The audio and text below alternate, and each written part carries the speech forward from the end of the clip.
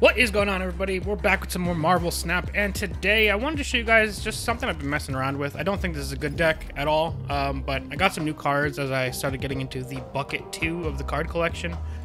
In case you didn't know, once you hit, what is the exact number?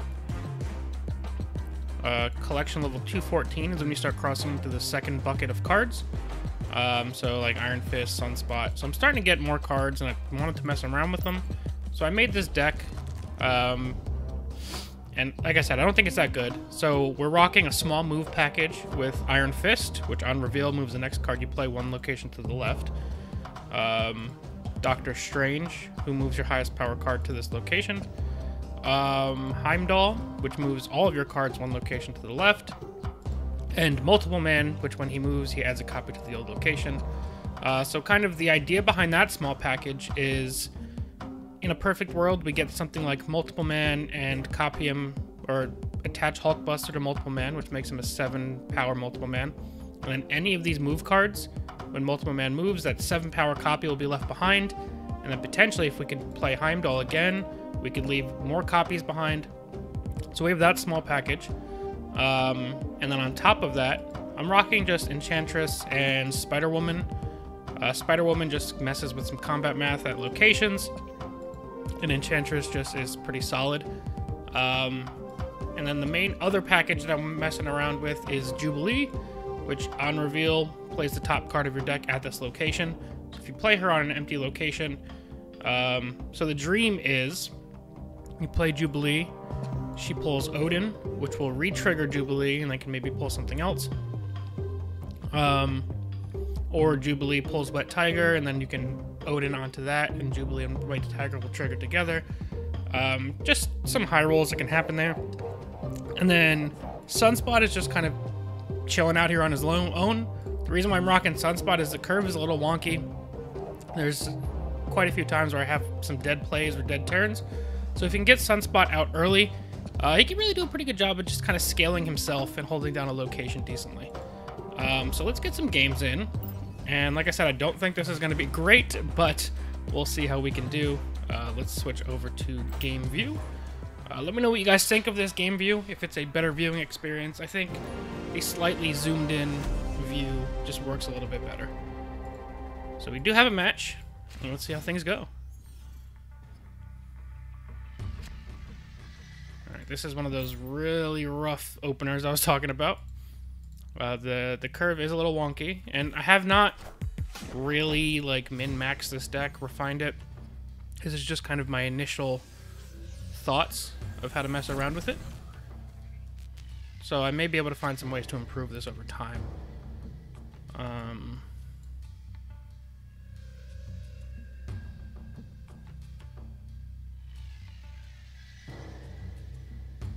Let's just get out Sunspot. This might not be the last time that I have a wonky turn.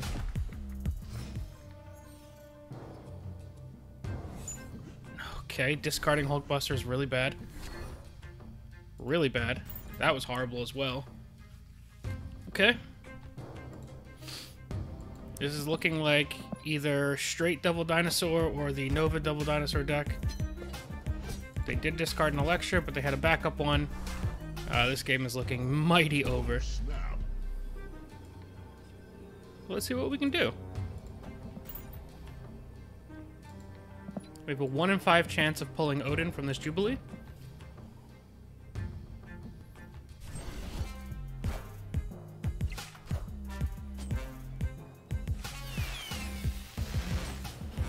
We're gonna pull Iron Fist. Okay.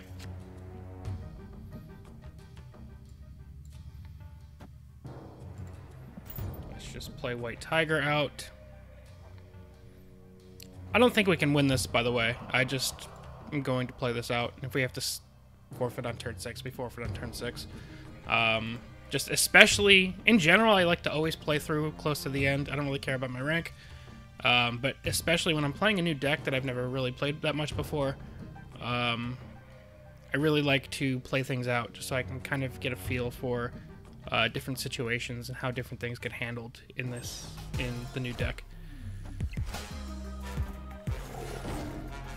And it's probably one of the worst spots where that could have gone.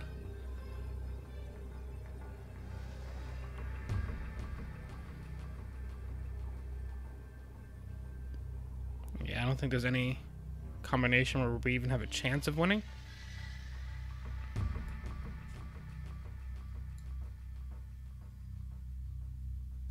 Because even that would just put a couple crappy cards there. Alright, so that is going to be game 1. As I said, not a great deck, but I want to get some fun scenarios with the deck. There's a lot of really interesting cards that look like they will be really fun to build around. It's just a matter of unlocking them all, and kind of the current Nova Moon Girl meta kind of limits a lot of what you can play otherwise, which is also why I have Armor in this deck. Armor doesn't fit anything else that I'm going for. It's just kind of a thing that I can do sometimes to try and counter Nova, or at least annoy it. You can't really counter Nova if the Nova player is good. You could just kind of slightly annoy them.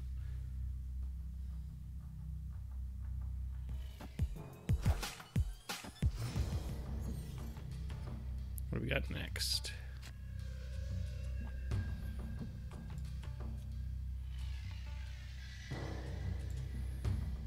Alright, so we might be able to do some multiple man shenanigans here. That'll be fun.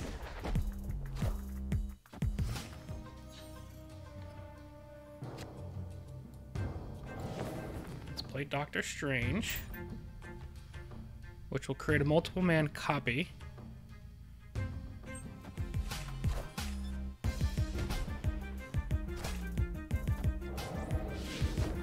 And then I'm curious if the +2 power will trigger before multiple man leaves a copy, and it will. That's really cool. All right, I like that. That's a lot of fun. That's a lot of fun. All right, all right, all right, all right. Let's go. Kind of feel like Jubilee is going to be a whiff. Am I confident enough playing Spider-Woman on the left side?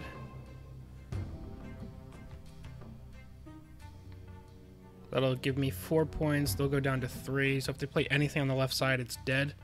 So I don't feel super confident about that. So let's just go Jubilee on the right.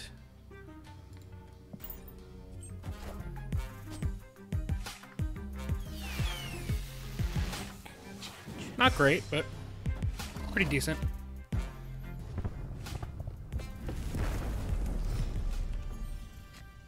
Alright, Heimdall is going to be really great with this multiple man. So let's go.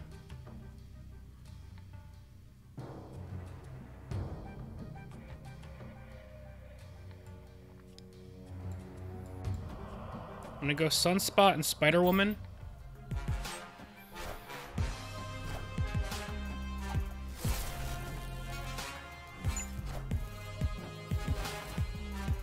With the game plan being that both of these multiple men will leave behind somebody. So we're gonna go Heimdall on the right, which will move everybody 1 spot over, which will move multiple man over there, leave another 5 cost behind.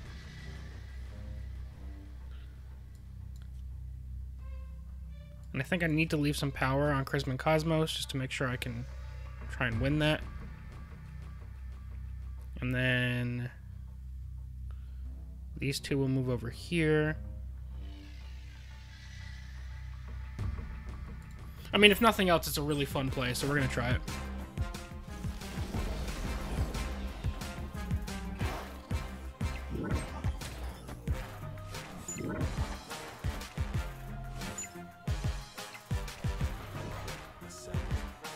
That was pretty cool. Did we just win all 3 locations, too, with that? Oh, no. That's still pretty cool, though. That's a cool dub. All right, I'm in here. That was a lot of fun multiple man shenanigans. This is exactly what I wanted to build this deck for, is to do some weird stuff.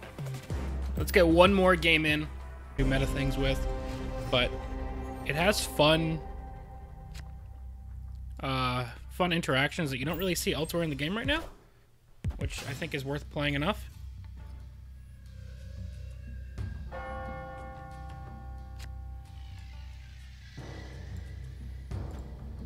I was about to say this is why we play Sunspot, since we're possibly missing turn 2, but just having him there to smooth out the curve is great.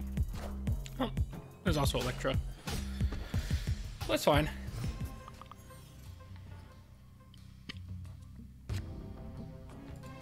Sunspot would have been great since we're missing turn 3, but next turn I can Jubilee in the middle. That'll be pretty solid.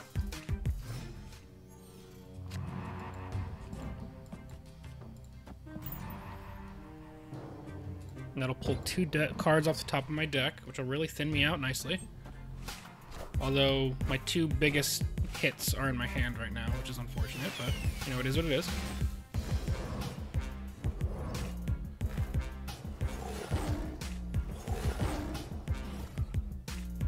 That was a solid little outcome. Okay, okay.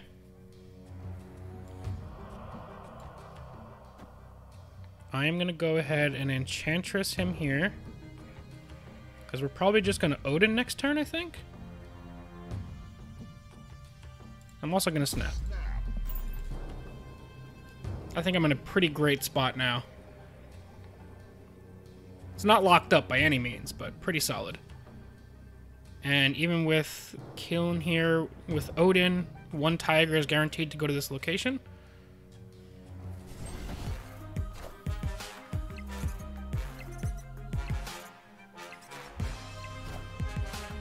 That's obviously really good for him, but we're going to go ahead and silence that.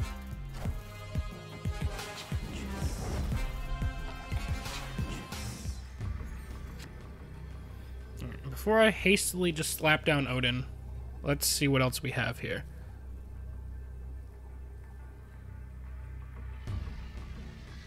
I think Odin's the best play no matter what. It guarantees 7 power over here, and we should win Lechugila no matter what. So I don't think we have any better plays. They have Blayde. That will activate their strong guy. Oh, I guess they can... They have the Nova. What a hand, though. That they had exactly Blayde, Carnage, Nova at the end there. That's solid.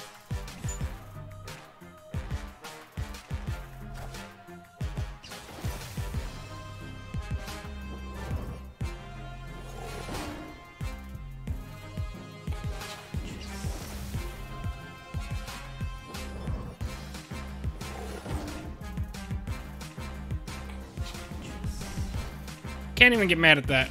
I mean, I think he had 3-4 cards left in his hand or in his deck.